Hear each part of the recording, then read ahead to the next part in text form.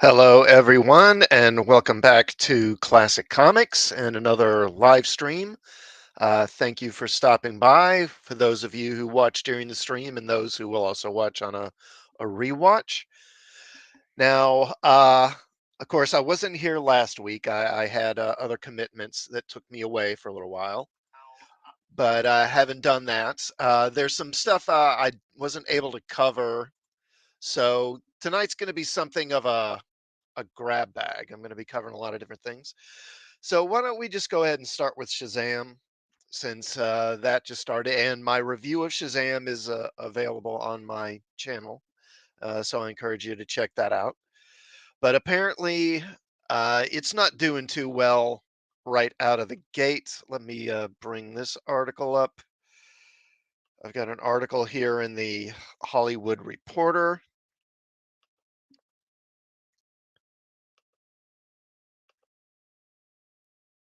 Okay, so Shazam Fury of the Gods heads for dismal $30 million domestic opening.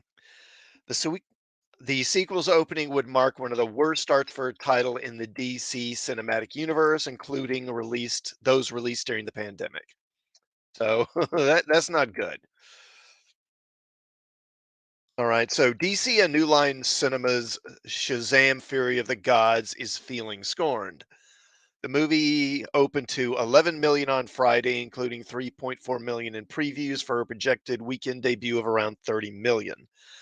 That would mark one of the worst starts for a major Hollywood superhero film, as well as one of the worst for a title in the DC cinematic universe, including those released during the pandemic. And it's well behind the 53.5 million opening of the first Shazam in 2019, not adjusted for inflation. So yeah, I mean, this is rough. This is not good. Scream 6 remains a major contender in its second weekend and could earn 18 million. Creed 3 also remains a notable contender, could earn nearly 16 million. Pre-release tracking had suggested that Shazam Fury of the Gods would open to at least 35 million this weekend. Others believe it has a shot at 40 million. Shazam 2's Rotten Tomatoes critic score is a ho-hum 54%. I think that's too low. It's better than that. That compares to 90% for the 2019 movie. The sequel also received a more subdued B plus cinema score compared to that of an A for the first. Families, which played a key role in the first movie's surprise success, remain a challenging movie-going demo in the pandemic era. So I guess families aren't showing up to see the film, which is too bad because I think overall this is a pretty good movie to take your kids to, if you want to take them to see a movie. Fury of the Gods is the 12th installment in the DC Extended Universe and the first to be released since Warner Brothers Discovery chief David Zaslav tapped James Gunn and Shazam franchise producer Peter Safran to run DC Studios and engineer a complete overhaul. Fury of the Gods also comes as the future of the DC characters and actors introduced before Gunn and Safran's takeover hang in the balance. Superman actor Henry Cavill, for instance, won't be returning. Levi addressed his future at Tuesday's Hollywood premiere, telling The Hollywood Reporter, "I'm very happy with this movie. I hope it's not my last." David Sandberg directed Shazam Fury of the Gods from a script by Henry Gayden and Chris Morgan. Shazam 2's villains are the Daughters of Atlas, a trio of ancient goddesses who have come to Earth to reclaim the magic powers that the wizard Shazam took from them. Naturally, defeating the villains is up to Billy, aka Shazam, along with his extended family. I'm not going to go through all the names. Uh, Okay, the goddess Hespera, Calypso Anthea, played by Helen Mirren, Lucy Liu, and in her first film since her breakout role in Spielberg's West Side Story, Rachel Zegler, respectively. So, again, I've put my review of the film up on my channel, but overall, I quite enjoyed the movie. It's not, gonna blow you away or anything, but I think it's a solid, enjoyable film, and I think it's worth seeing. Now, having said that, I think there are a number of reasons why this movie's having such a dismal opening. And I think the big thing is just that everyone knows this is a lame duck franchise at this point. All these DC EU movies that are getting released this year, Shazam, Flash, Aquaman, and I guess Blue Beetle too. Everyone knows these probably aren't leading anywhere. They're not going to lead to anything else. So people just aren't interested. I think another factor is honestly, I think is superhero fatigue is maybe a real thing, and then that's part of the reason why people aren't going. We've seen the numbers dropping for MCU films. So I think people are just getting tired of it. I think that's also playing maybe into the some of the reviews. I think that maybe critics are starting to turn on some of these superhero films to a degree because they're getting tired of them too. And of course, and like they say, families aren't coming again. It's I guess that's a demographic that's never really come back to theaters since the whole pandemic. Hey, Masters Maniac Mexico, thanks for stopping by. He says, shall whatever indeed raise the fury of the northern gods, Marvel and DC go the same way down the drain. Yeah, I mean, I can't necessarily argue, but I do defend this movie. I mean, I think it's not a bad movie. It's not a great movie, but it's a solid film in my opinion. And so I think that again, families not coming back to theaters, that's definitely hurting it. And I don't know. Like I say, it's too bad, but it is what it is. Now, speaking of DC films, I got some other sort of DC related stuff again that I haven't been able to address sooner. Now, James Gunn, recently he said that Ben Affleck was interested in directing a DCU project. It was like, oh yeah, Ben he wants to direct a DCU film. Well, Ben Affleck says no, he doesn't. He came out a couple of days later and completely, pretty much refuted what Gunn was saying. Ben Affleck says he'd never direct a film in James Gunn's DCU. Ben Affleck has discussed the problems with Justice League and has simultaneously ruled out returning to DC to direct a film under James Gunn and Peter Safran's leadership. Masters Maniac Mexico says, how can it be that something like the Hulk series with Ferrigno still holds up way stronger than only one of these cloned and countless music? I'm not sure what the rest. I assume you mean it's like a music video. Movies. Okay, yeah. So one of these movies. Well, I mean, honestly, I mean, does it hold up that well? I admit it's been a while since I've seen it, but I remember back when the first Hulk movie, that Ang Lee film, when it came out in theaters around that time, they started showing episodes of the Hulk on Sci-Fi Channel. And I remember, I was like flipping channels and came across it one day and was like, "Oh, wow, I haven't seen this in forever." So I sat down to watch it, and I mean, I came away kind of like, that wasn't as good as I remember. I mean, I guess it's a matter of taste, but I think to some degree there's nostalgia playing into how much maybe people remember that show as being. Like, there's a number of older shows that I'll look at now and I'm kind of like, they maybe weren't as great as like the original Battlestar Galactica was another one because that was on a sci-fi around that same time too. And I remember watching a couple episodes of that and being kind of like, I mean, I still liked it, but I also the just the flaws in it were a little more evident to me. The very simplistic, the writing was very simplistic. The characters were very kind of one note, not much depth to them. And not that that's necessarily bad, but after, decades of having some more layered and more sort of sophisticated characters, it came across as kind of simplistic. And yeah, I mean, again, I still like them. I do, but I'm not blind to their flaws. All right. Now, it was reported in December that Gunn had met up with Affleck to discuss the possibility of him directing a DC movie. However, Affleck has now made that clear While he holds no hostility towards Gunn, he is simply not interested in directing a project for the revamped DCU. I would not direct something for the James Gunn DC. Absolutely not, Affleck told the Hollywood Reporter. I have nothing against James Gunn. Nice guy. Sure, he's going to do a great job. I just wouldn't want to go in and direct in the way they're doing that. I'm not interested in that. So I think that pretty much puts that to bed. And also, there were rumors that he maybe was going to play Batman again.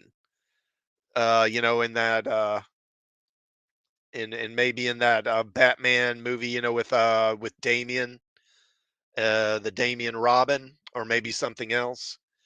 And this would seem to make that unlikely. Masters Maniac Mexico says, no, it doesn't hold up well, but that's what I mean. I prefer to watch the crappy Barbarian Brothers as they tell a story. Stupid story, yes, but entertaining. And now pure CGI boredom. Yeah, I do think that, storytelling in Hollywood, it's become, it's definitely declined in a number of ways. And I think there are a number of things you can point to. And I think in that case, I think sometimes simple is better. It's simpler just to have a simple, straightforward story. Part of the reason is because so often with these big movies, they're always writing for the sequel or for the franchise down the line. They're not trying to just make a good movie. Like, I'd say a good example would point to would be that Battle Angel Alita movie. um, I watched it and it was okay. I didn't love it, but I thought it was solid. But just so much of the movie was obviously just trying to lay groundwork for stuff in a sequel. And I think it would have been a more enjoyable and maybe tighter film if they had just stuck with trying to make a really good movie and not worry about what was coming next. And I think that's part of the problem. Another problem is just I think there's kind of a belief that you got to have, all these big plot twists and everything. And that's good, but it's this whole thing of, if everything has crazy plot twists in it, then they lose their impact. Then after a while, it's like, okay, yeah, sure. I think everyone, so often they're trying to do like an M. Night Shyamalan type of, the plot twist or Luke, I am your father, Vader is Luke's father plot twist. But again, if every movie is trying to do that, then it really lessens the dramatic impact those kind of plot twists have. And another part, I think, honestly, is the whole thing of having these casts that, just tick the diversity box. Because then if you got to have every ethnicity and every gender and everyone represented, then you're going to have all these characters, and then you have a lot of them that are sitting around and don't have a lot to do.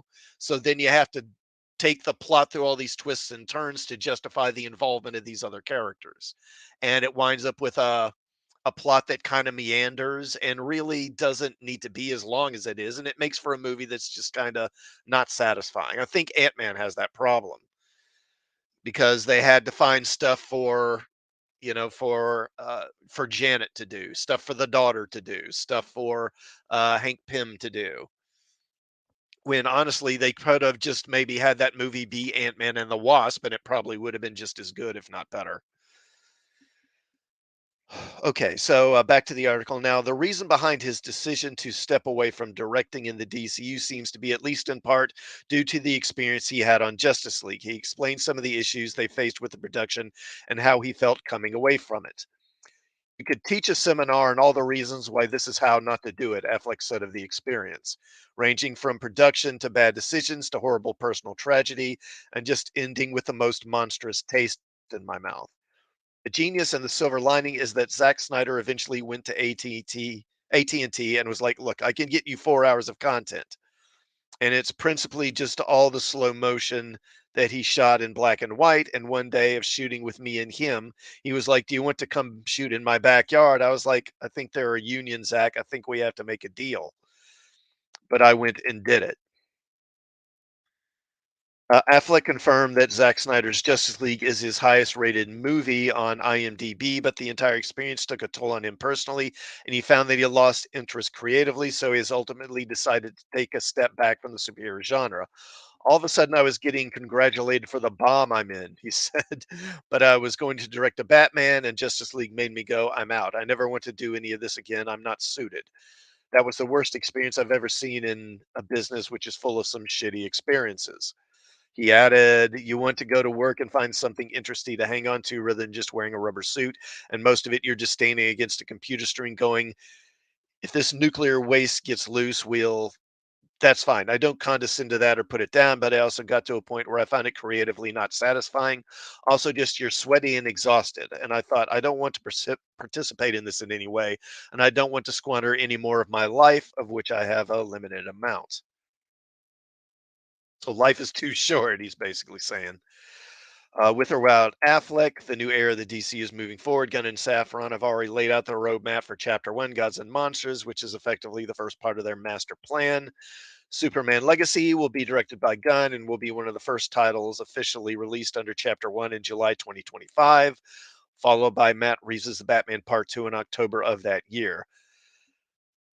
Okay, so now they mentioned Superman Legacy, and I believe the plot of Superman Legacy has been leaked online. So let me bring that up here. Give me just a second.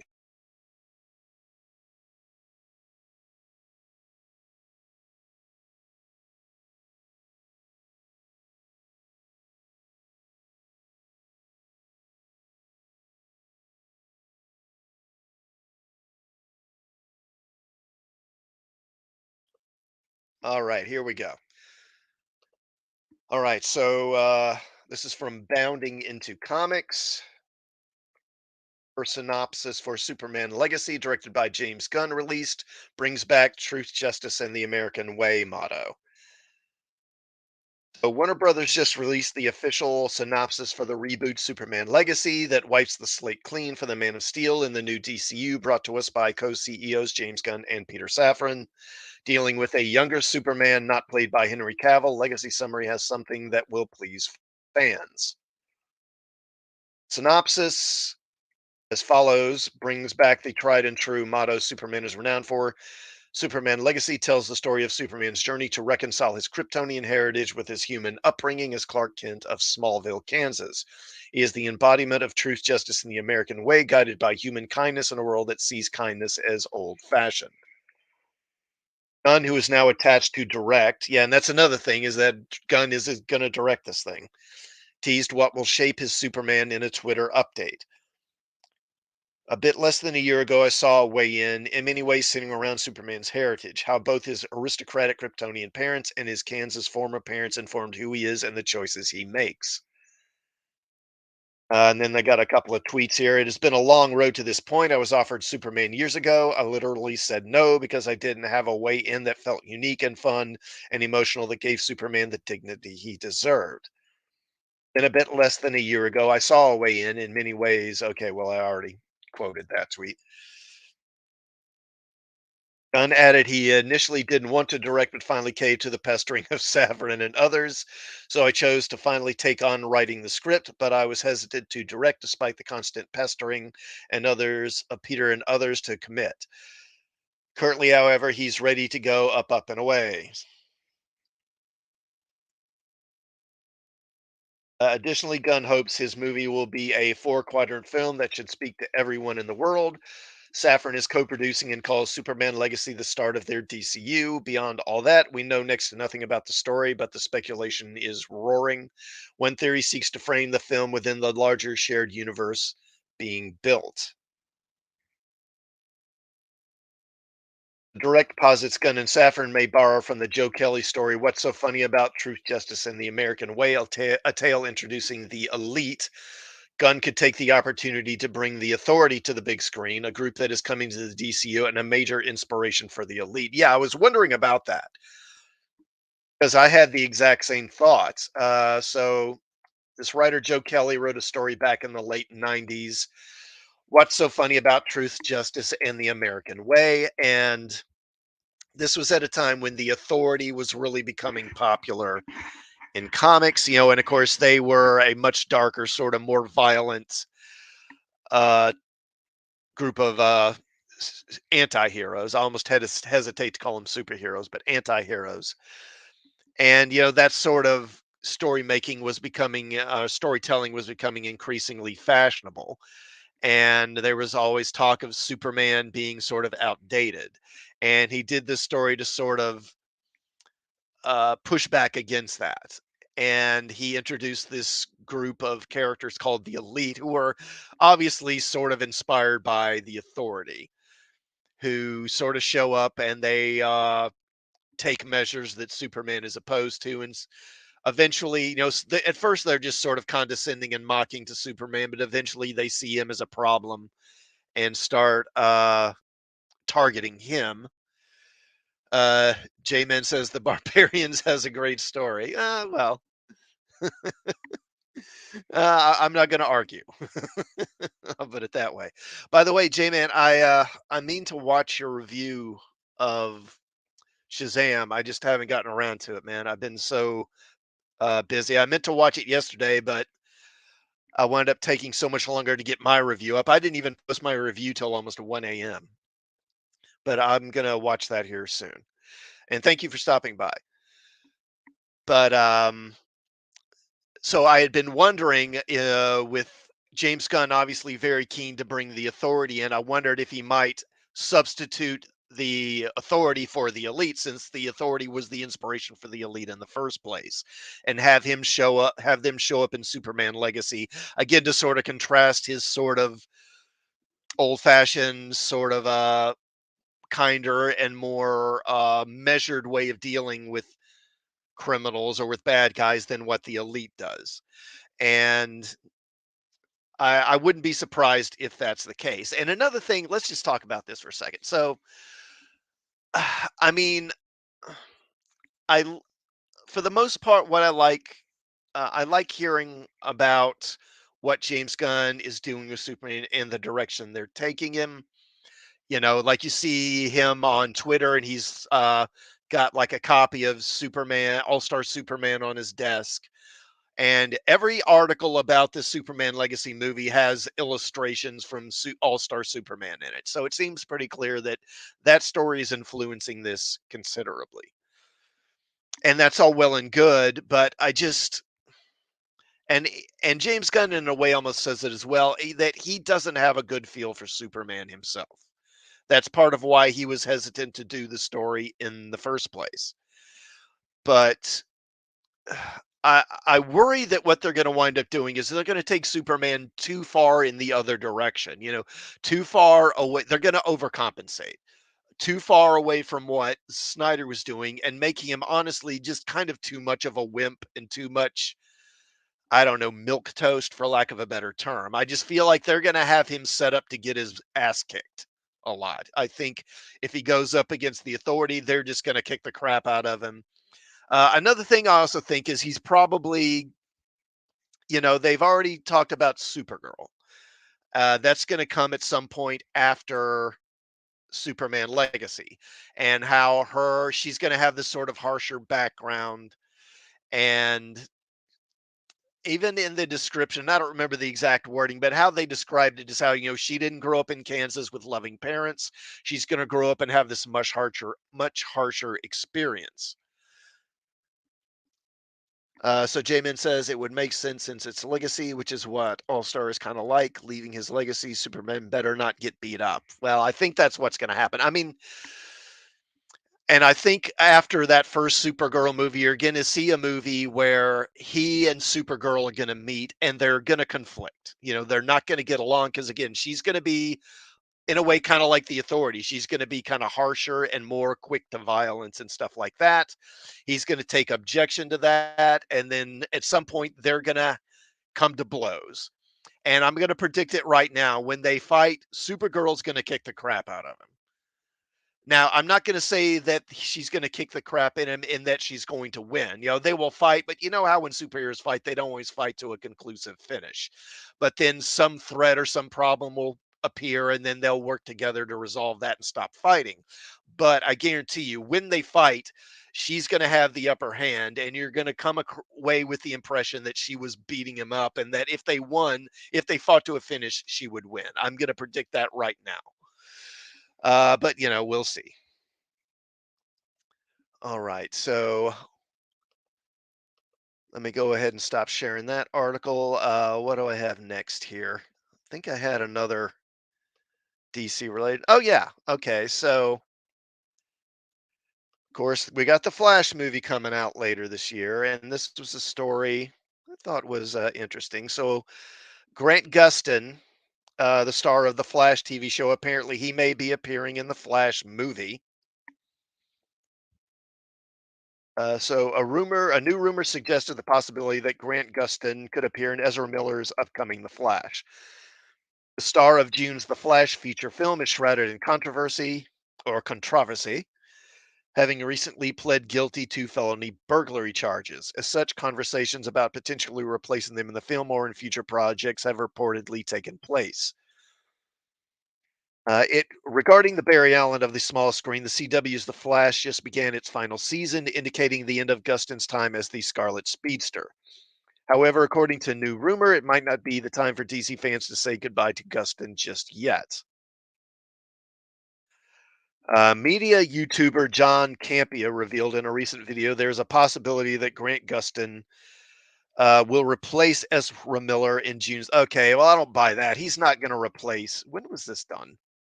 Let's see. Well, it's just a few weeks ago. I mean, he's not going to replace Ezra Miller. I don't think that's going to happen. He might have a cameo or something. Campy admitted that he does not buy into this rumor himself, but that a little birdie told him, and likely a few others, that Grant Gustin is going to be the new Flash in the DC universe. And then they have a quote here from Campia. Could we, by the end of the Flash movie, literally see a new performer in the role of Barry Allen, aka the Flash? I have never thought so, but I'm going to let you guys in on something. And this is something that, for the record, I do not buy into. But I'm going to let you guys know about this just because it's fun for the topic of conversation. I've had a little bird tell me, I'm sure, and I'm sure this little bird is telling a few other people. So you're probably going to see this pop up all over the next day or two around some places as well. And just a short version, Grant Gustin, who plays the Flash in the TV series, is going to be the new Flash in the DC universe. Yeah, I don't buy that. I don't buy that happening. Masters Maniac Mexico says, won't watch Flash. Ezra is a bad actor and a real weirdo who should be promoted to jail, but not at the box office. Yeah, I can't disagree. I disagree, or I agree with that. I mean, if I mean, he ought to be in jail. I think we all know that. Why is he not? Or, well, I mean, that's beyond the scope of this live stream. I mean, that takes into account a lot of other stuff. All right, now to emphasize, Campion not only does not buy into the rumors himself, but also believes that James Gunn and Peter Safran would want their own Barry for their DCU reboot. I agree. Further, he noted that The Flash on the CW is not experiencing very high viewership, so Gustin's return would not be justified based on popularity. Gustin himself recently expressed how he's ready for the Flash show to be over and wanting to move on to the next phase of your life after starring as the DC hero for nearly a decade. How many Flashes in The Flash? The trailer for The Flash already revealed at least two Barry Allens, though both are played by Miller himself. However, the existence of two Flashes does give precedence in the film and its universe for a third. Further, there will be at least two previous Batman appearing, Michael Keaton and Ben Affleck, meaning there will be a precedent for versions of characters from other universes and franchise appearing in the new film. However, this is all based on rumors for now, as Campia himself emphasized. Clearer answers may come as the Flash on the CW moves to a close and more information is revealed. Yeah, and Affleck, apparently he has said that he's only in the movie for about 5 minutes.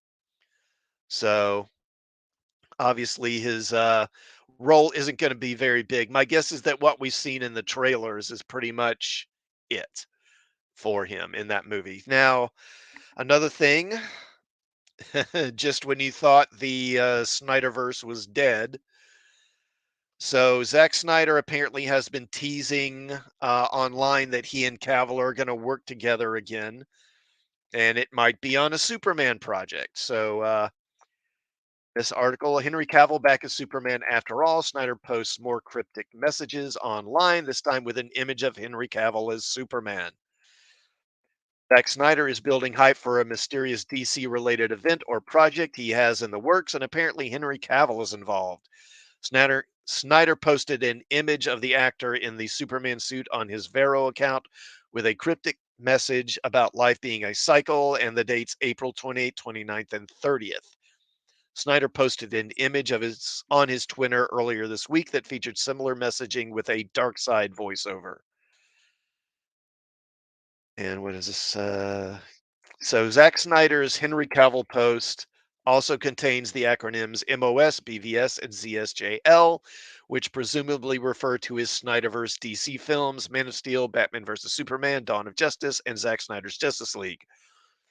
While fans could certainly hope that all of this teasing is leading to one last DC project from the director, the reality is likely a little less exciting. It seems likely that this teases for an event that is similar to his 2019 convention dubbed SnyderCon, where he showed films to fans. Oh, okay.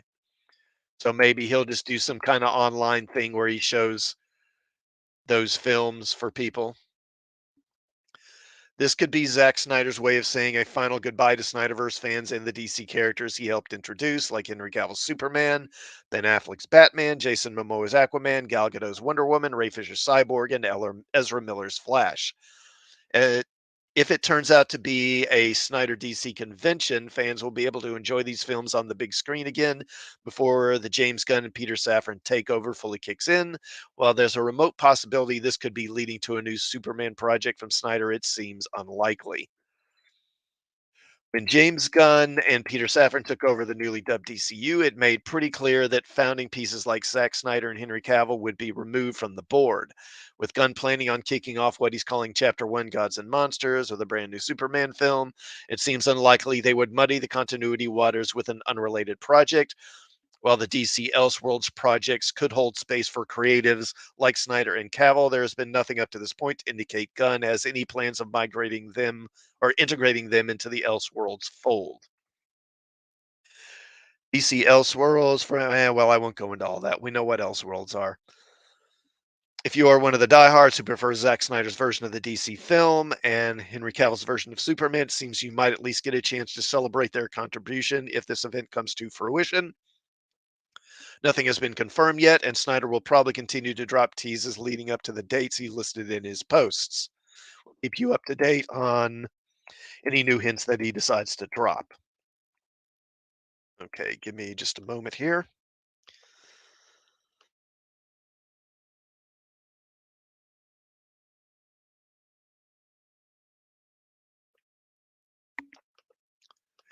Okay, now where are we at here? So about 30 minutes. All right, so in addition to the DC stuff, I wanted to talk about some of the Disney related information. So I got an article here about Iger. Let me bring this up. All right. So this is from WDW News today. So Disney executives ordered to identify thousands of layoff candidates as Iger aims to cut 5.5 billion in spending.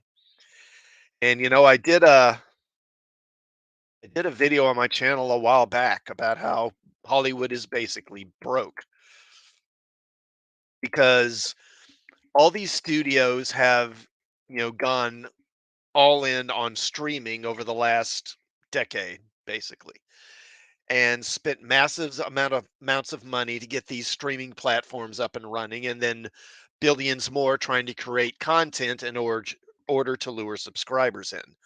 And it's had very mixed results. In fact, for the most part, it has had bad results. None of these streaming platforms have been profitable. I think Netflix is, or at least it was. I'm not sure about recently. But none of these other streaming platforms, Disney Plus, HBO Max, Paramount Plus, you name it, have really been profitable. They all lose money. Now, during the pandemic, of course, the government, threw out all these PP loans. And of course, these were mostly meant for small businesses. But of course, these big corporations and Hollywood studios and other big financial entities moved in and they hoovered up most of that money themselves and got fat on it. But now I guess that money's run out, and that, along with the downturn in the economy and all their spending, has left a lot of these Hollywood studios deeply in debt. Disney's billions in debt. HBO Max and Warner Brothers Discovery, we know, are deeply in debt. Paramount is in debt. They're all basically way underwater financially, and now they're finally having to take steps to start cutting costs. We've already seen Warner Brothers Discovery doing this for a while now with Zavslov making all kinds of cuts, but now Disney is doing it too. According to Business Insider, managers at the company must identify candidates for layoffs by April for a Disney source. Layoffs will impact about 4,000 employees, with the rest of the cuts coming from open roles. Additionally, targets have been given for reducing spending and headcount to each of these departments. Iger's reportedly on a push for profitability as his return to the company continues. And of course, this is mostly a mess that Iger himself made, as Disney Plus is his baby. And, he's kind of the one who's made this mess. Much effort has, much effort is being undertaken to eliminate redundancies and even executives where they can. These executives have been directed to prepare budget cuts and list of employees to be laid off, with sources telling Business Insider that these will begin in April. However, it's unclear whether the layoffs will occur in waves or all at once as they did during the COVID-19 furloughs. Probably in waves, I would guess. Hey, Adega. Thank you for stopping by, man. Start with upper management. Yeah, sure. Sounds good to me. CEO Bob Iger announced his plans to collapse the centralized content and distribution unit Disney Media and Entertainment Distribution, championed by former CEO Bob Chapek on his first day back at Disney in November. He also confirmed a hiring freeze announced under Chapek would still go forward. He then announced plans to eliminate 7,000 jobs during the February earnings call. CFO Christine McCarthy told investors on the same earnings call that the company has targeted cost savings of 5.5 billion. Some of that will come from trimming money spent on TV and movies, and the rest will come from marketing and other non-content budgets. Back in February, Iger also announced the restructuring of Disney into three wings: entertainment, ESPN, and Disney Parks experiences and products. Alan Bergman and Dana Walden co-chair entertainment. Jimmy Pitaro heads ESPN, and Josh D'Amaro continues to watch over DPEP. And I've got some more on Marvel and Disney here. So, in addition to cutting budgets, apparently there's going to be some delays with Phase 5. And whether this is going to be, again, because of budget cuts or whether this is because maybe they need to do a lot of reshoots on stuff, I don't know. But this comes from the direct.com. Marvel Studios delaying Phase 5 shows. Ain't that a shame? According to a new report, Marvel Studios is reevaluating its MCU Disney Plus output, slowing its Phase 5 streaming output year to year. It was mere months ago that Marvel Studios president Kevin Feige pulled the tarp off the next half-decade plan for the superhero franchise. However, a lot has changed since then. Masters Maniac Mexico says not even my mid 29s daughter is interested in any of this. Um, yeah, I mean, I did a video a while back about the millennials were really kind of the heart of the Disney Marvel audience. They were the ones who are really just totally in the tank for this stuff.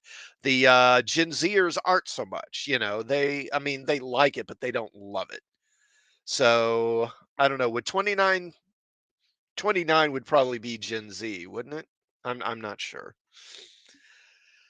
However, a lot has changed since then. As the exorbitant spending of the past few years levels out, players in the streaming business begin to realize that the endless content churn may not be a sustainable business model.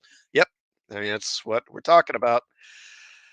This caused Disney to reevaluate its streaming efforts. Recent reports revealed that a number of MCU series have been pushed out of 2023, with names like Echo seemingly have been significantly delayed. Oh no, not Echo, not Echo, not Agatha. Please don't delay those. The Hollywood Reporter reported that a number of Phase 5's MCU shows have been delayed. Okay, yeah, we said that. The report revealed that Marvel is looking to spread out and tinker with its streaming content. The move is what THR observers are calling a massive correction from the past couple of years, where streamers were building content plans based on giving consumers endless amounts to watch and spending recklessly to do so. One agency partner whose clients work within the MCU told THR that, quote, you can have 10 mediocre shows or you can have 5 great shows. Either way, people will still stay on Disney Plus. Will they? We'll see. I'm sure some people will. All right, Phase 5 series and when they are coming. So we start off with Secret Invasion. While the Samuel L. Jackson starring Secret Invasion has been expected to release sometime in the first half of 2023, fans have been getting worried as Marvel Studios remains tight-lipped about the series' official release date. Secret Invasion is one of 2 projects THR calls locked in for 2023. But this push from Disney means that the Marvel-themed spy thriller could be getting moved from the assumed release of April or May 2023 to sometime this summer. Perhaps it's falling into the slot that Loki season 2 was seemingly going to occupy in late June or early July. Then Loki season 2. With the 2023 MCU streaming titles that were supposed to fill out the latter half of the year getting bumped, it feels like Loki season 2 will move from the expected summer time frame to later in the fall. Footage for the time hopping Marvel series has been shown in a number of Disney Plus promos, so it feels like a sure bet that Loki makes this year. Yeah, I think it will come out. Fans should expect Tom Hiddleston and crew to grace their TV screens by the end of 2023. It just might be later than expected. Ironheart. Oy. According to this report, Dominique Thorne's Ironheart is said to likely be moved out of this year. Aw, sad trombone. While previous reports mentioned a number of other series on this list, the Young Heroes Disney Plus series felt like our lock for 2023. The Tech versus Magic showdown will seemingly get the smallest push of the bunch here. It was assumed Ironheart would release in fall of 2023, so with a delay, it could be moved just a couple of months to early 2024, perhaps coming out around the same time One Division did back in January of 2021. And then we've got Echo. Much has been made about Echo's release timing seemingly being the most up in the air of Marvel Studios' announced streaming series. While originally slated for summer 2023, the title was reportedly hit by delays moving into early 2024. However, with this particular push, it could mean that Echo comes even later next year, with Ironheart seemingly coming out first. Perhaps Echo becomes the second of 3 2024 Disney Plus series, releasing in either late May or early June. Agatha Coven of Chaos. Hey, the one we're all waiting for, right? After not appearing in a number of coming in 2023 marketing pieces for Disney Streaming Hub, it was already assumed Agatha Coven of Chaos would not make 2023, but this newly reported rejiggering of the slate means it will be moved even more. Right now, it looked like 2023 will only see 2 MCU series hit Disney Plus, with 3 coming out in 2024. Coven of Chaos feels right for a spooky season release coming out in the lead up to Halloween 2024. Or if some more extensive reshuffling happens, Daredevil Born Again could come out after this, with Agatha getting moved to 2025. Daredevil Born Again. Daredevil Born Again is likely to be the hardest hit when it comes to these delays. Initially slated for spring 2024, Charlie Cox's full fledged MCU return feels as though it would get moved at least a full year. This series seemingly has to enter or has to release after Echo, so there's no way it makes that originally announced release period. The last fans heard the title was in the middle of prep with cameras not yet rolling. Seeing as the schedule is on the move, Born Again could be expected sometime in early 2025. All right, give me just a moment.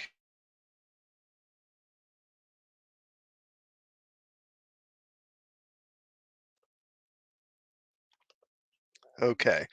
MCU changes beyond Disney Plus. What will be interesting is to see as the dust settles. What will be interesting to see as the dust settles around these Phase 5 streaming delays is what it means for Marvel Studios' big screen efforts.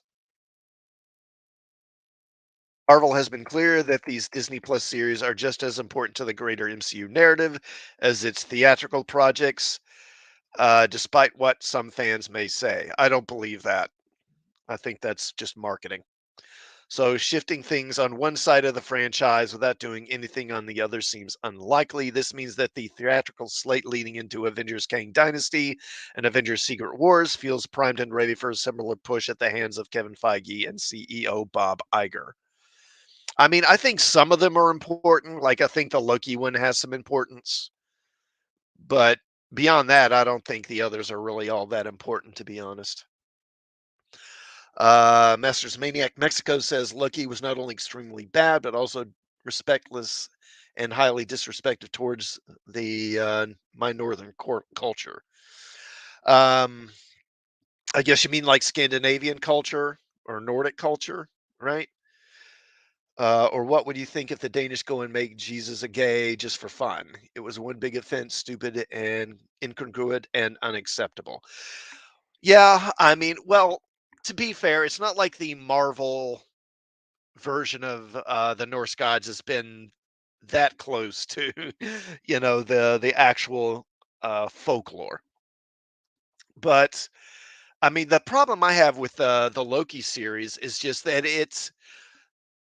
the whole thing was that it basically said that everything up to the point of Endgame was basically just orchestrated by Kang. It was all his doing, and that people didn't really have any freedom to act. They were just sort of following his plan up to that point, it was just makes the first phase or the first three phases seem kind of pointless, you know. And there was that scene where they've got what the time authority or whatever they are, they like have infinity stones just in a drawer, like they're just trinkets or paperweights. It makes it just devalues the stories that came before, and that's just I don't know. I don't know why they thought that was a good idea. Masters Maniac Mexico says they'd love to talk about cultural heritage. Well, they took our culture and slaughtered it. Yeah, I mean, the left is always, they're hypocrites when it comes to that stuff. That's nothing new. Um, any non-European culture needs to be respected, but European cultures aren't. White people don't even have culture, according to the left. So, all right, what else I need to cover here? Okay, here's another Star Wars related one. I got a couple of other Disney related stories, and then I'll probably kind of start wrapping up. All right. So Bob Iger plans to cut back on Star Wars and Marvel streaming content in 2023. And again, this kind of covers similar ground of what we already talked about, but this covers more than just Marvel. Disney plans to pull back on the amount of Star Wars and Marvel content on Disney Plus as the company tries to rebound from a financially shaky year in 2022. The Disney CEO said, "We want the quality on the screen, but we have to look at what they cost us." A Hollywood Reporter notes, the directive to rein in cost and output arrives as Disney prepares to release Marvel's Ant-Man and the Wasp on February 17th, and as The Mandalorian Season 3 awaits its March 1st debut. Marvel is Disney's most important supplier product, the subsidiary with the highest output, and under Iger's directive, it could feel cuts the soonest. There's going to be a level of rigor on Marvel and across the entire company, one insider says. Numbers matter now, and costs are going to be outlined and enforced. Which, and just off the top of my head, what I think that basically means is you're going to see more shows like kind of like The Mandalorian, where they're all just sort of made in front of a green screen and they have minimal plots, and the episodes are going to get shorter. There you'll probably see them go from like 35-minute episodes to like 30 or 25-minute episodes. All right. Previously, Marvel president Kevin Feige greenlit 5 new Marvel shows for 2023. What If, season 2 of Loki, Ironheart, and Agatha Coven of Chaos. According to THR, the only surefire projects for 2023 are Loki season 2 as well as Secret Invasion starring Samuel L. Jackson. In 2021 and 2022, which encompasses phase 4 of Marvel Studios' release slate, there were 18 new projects. Despite Feige's initial vigor in creating new movies, spin-off series, and other MCU-related content, he confirmed Iger's decision to slow down. The pace at which we're putting out the Disney Plus shows will change, Feige told Entertainment Weekly. And I think it had to. They put out so much stuff. And of course, part of it was because so many things got delayed because they didn't want to put them out during COVID and that sort of thing. But they simply couldn't maintain that pace at which they were just pushing out crap. Disney has released a number of animated and non-animated series, such as The Bad Batch, Season 2, Andor, and a third season of The Mandalorian coming March 1st. And I'll talk about The Mandalorian here in a minute. Lucasfilm may ramp up, but it will have to abide by the same financial discipline as the rest of the company, a source revealed to THR. As streamers navigate a financially challenging year, Disney hopes to focus their efforts on their already successful IP. While less amount of content will while okay, this isn't written well. While a lesser amount of content will inevitably save Disney money, promoting moral, pro-family, and uplifting content will win back their loyal family audiences. Yeah, they don't talk about how they're pumping out all this woke crap. Same goes for the theatrical releases as they work to recover from box office bombs from 2022, such as Lightyear and Strange World. Movie Guide previously reported, with returning CEO Bob Iger at the helm, Walt Disney Studios recently revealed that sequels for successful franchises Toy Story and Frozen are in the works. Oh, goody. I wish they would just stop with Toy Story.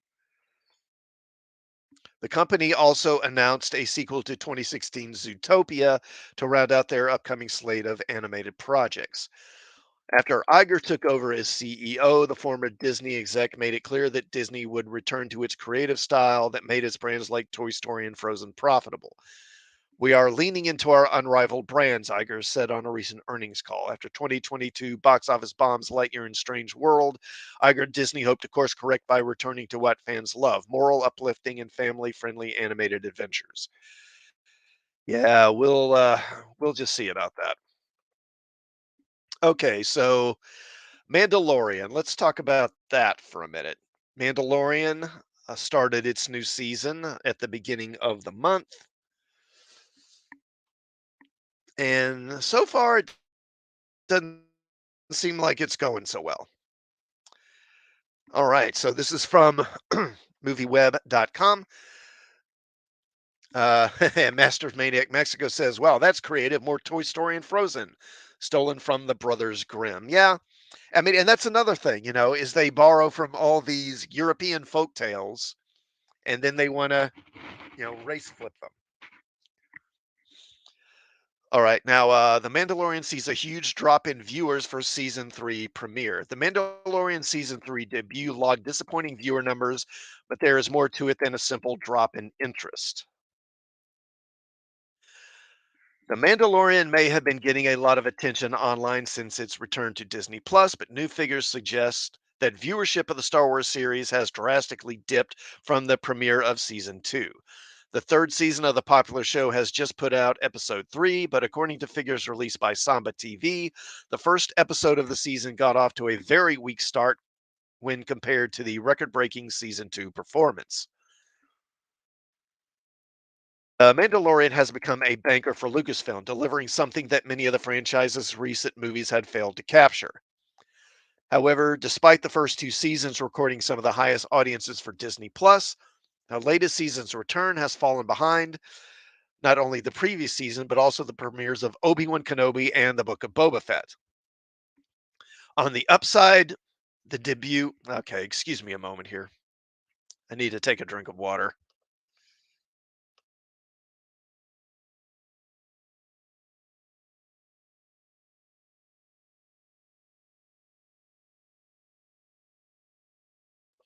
Okay. And Masters Maniac Mexico says, I have to say, I do enjoy season 3. So you're liking it? Okay. I have not watched it myself, and I don't plan to watch it.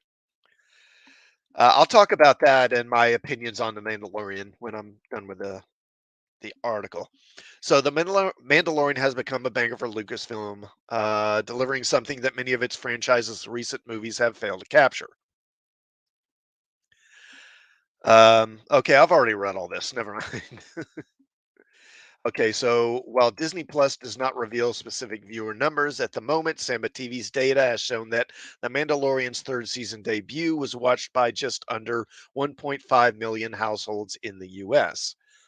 This is comparable to 2.08 million who tuned in to the season 2 premiere or the 2.41 million that watched Ewan McGregor's return as Obi-Wan Kenobi.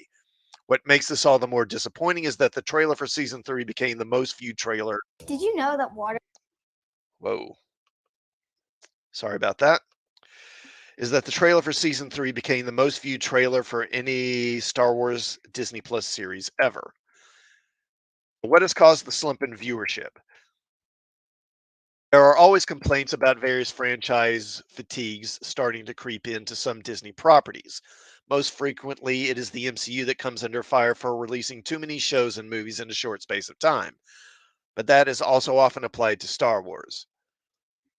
When The Mandalorian made its Disney Plus debut, it was new, it was fresh, and it was the only Star Wars TV series out there.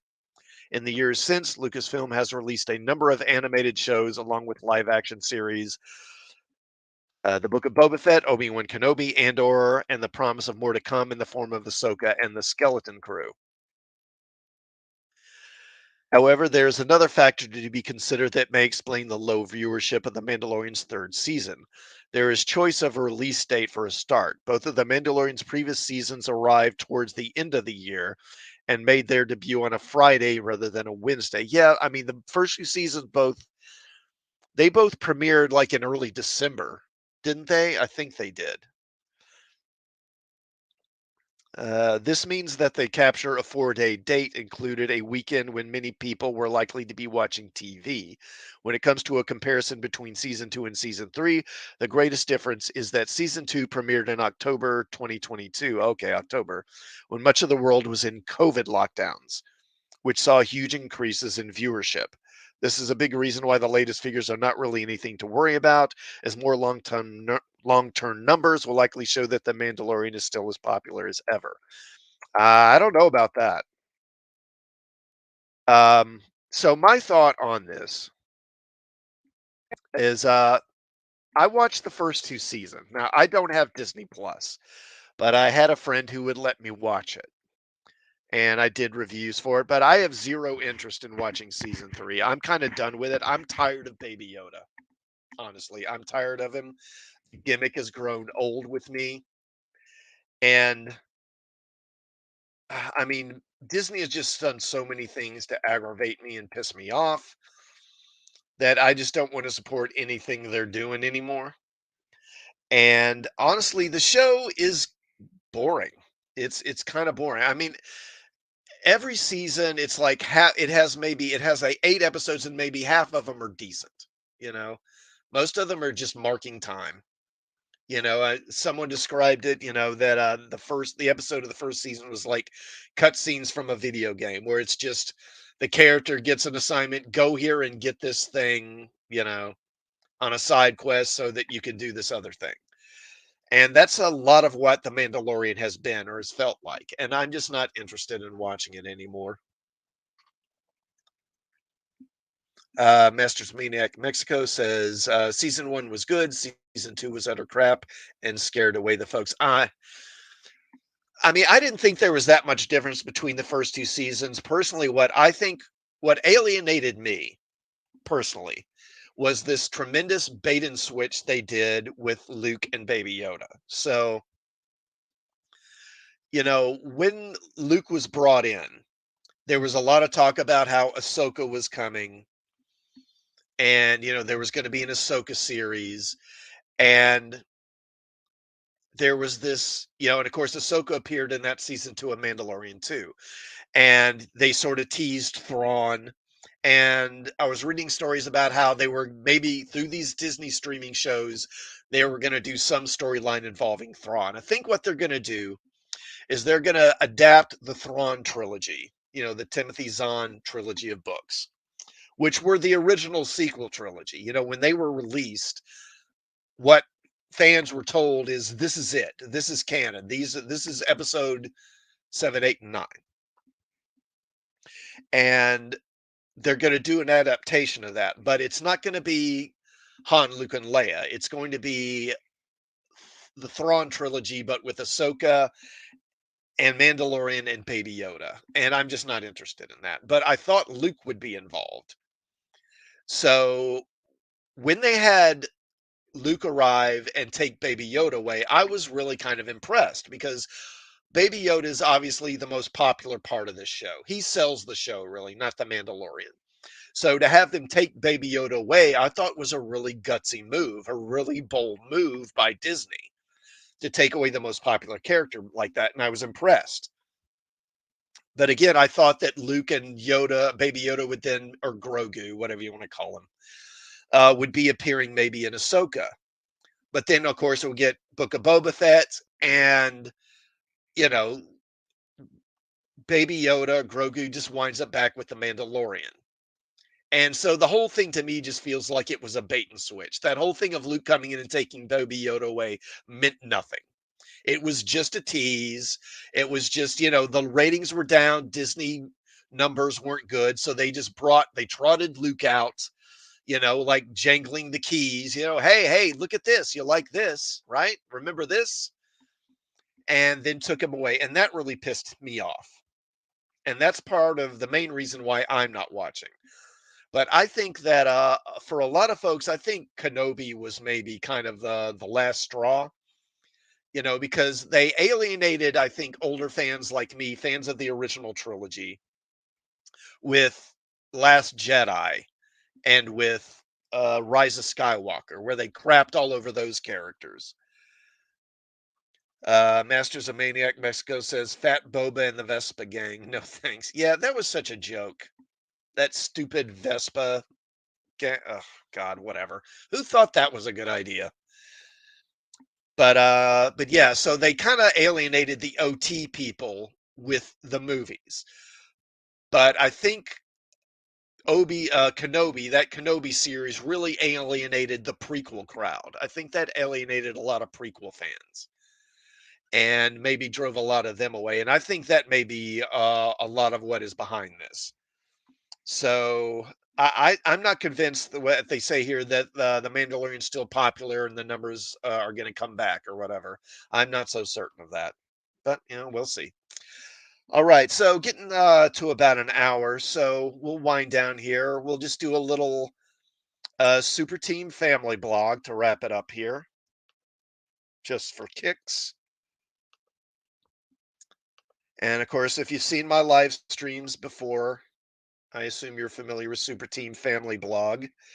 This guy, Ross Pearsall is his name, has been doing this blog for over a decade where he creates comic book covers for team ups that never happened.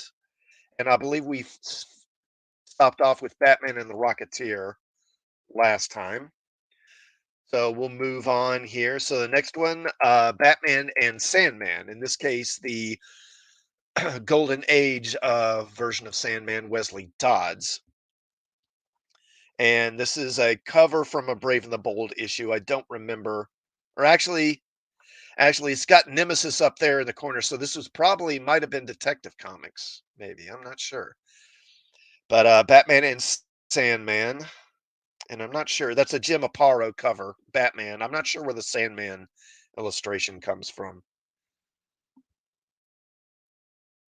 And then the next one is Batman and the 1980s or Vertigo version of Sandman, Morpheus, the Neil Gaiman Sandman,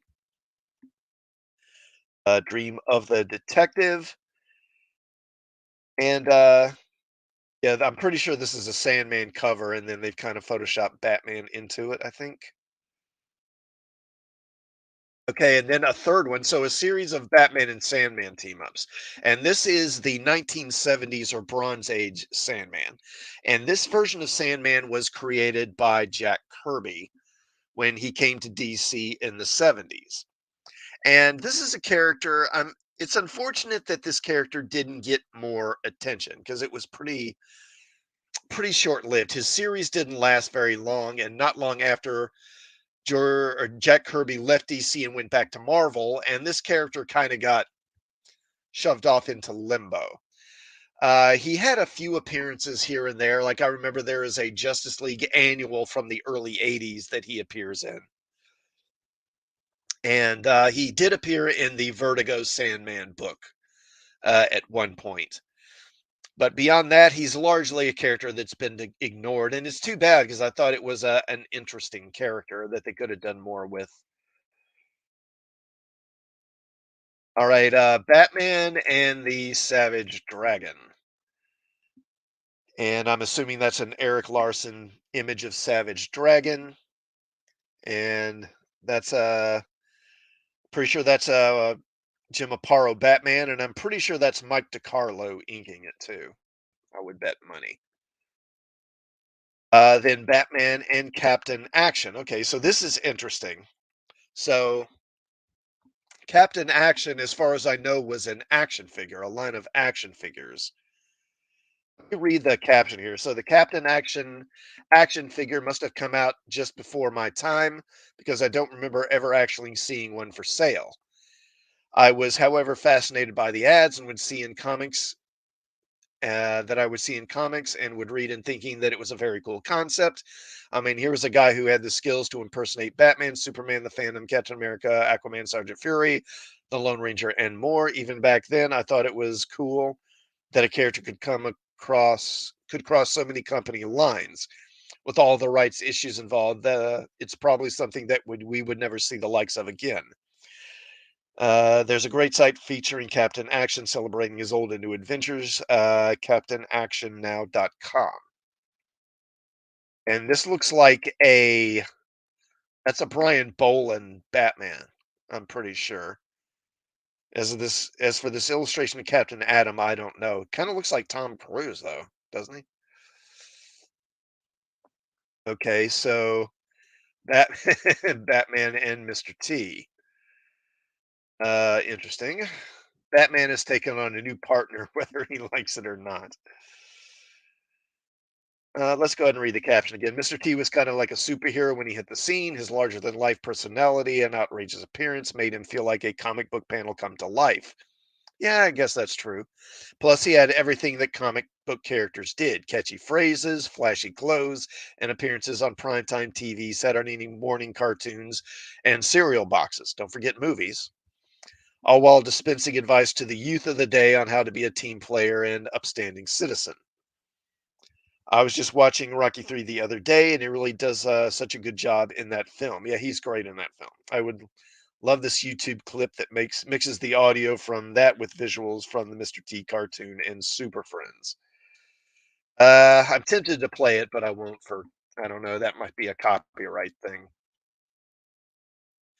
Next, Batman and the Scarlet Witch.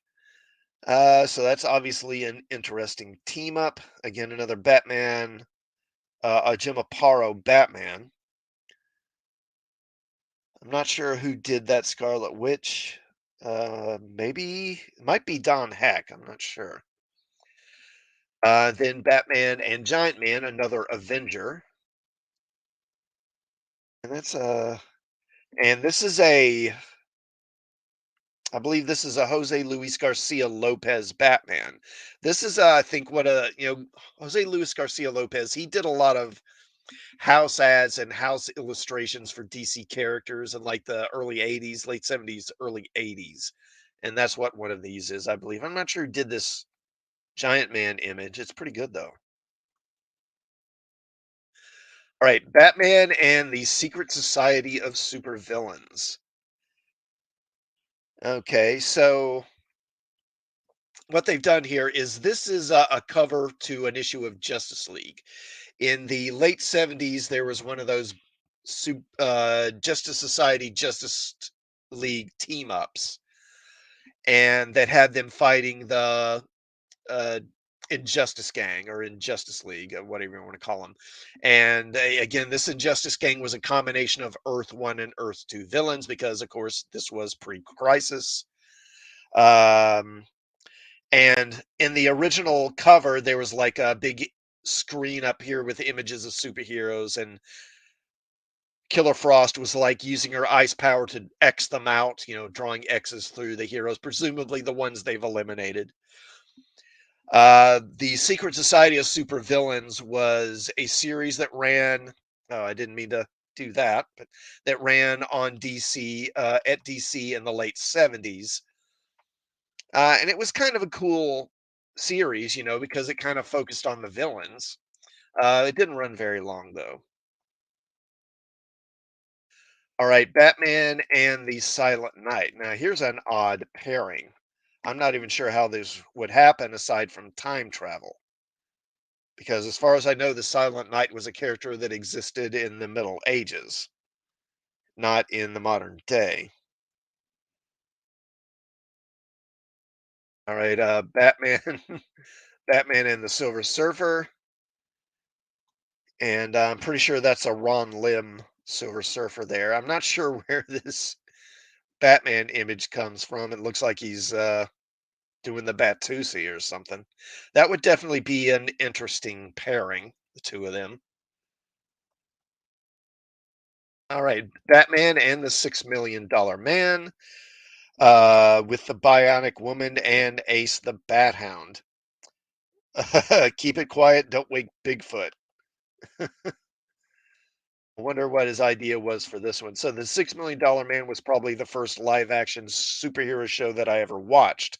Like most fans, the Bigfoot episode is the one that most strongly stood out to me.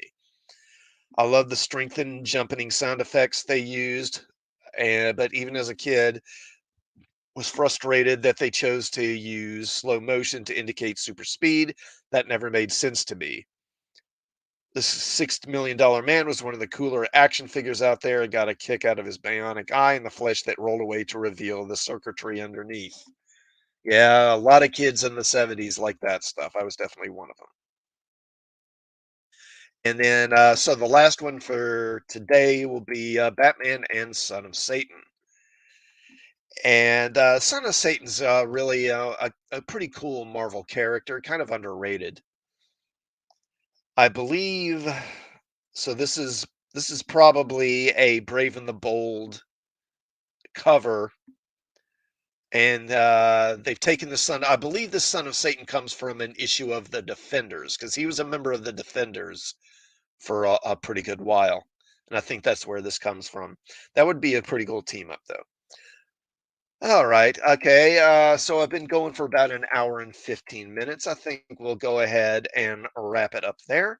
I want to thank everyone who stopped by during the stream and those who may be watching on the rewatch. And I hope you will all have a good evening. And thanks again. See you next time.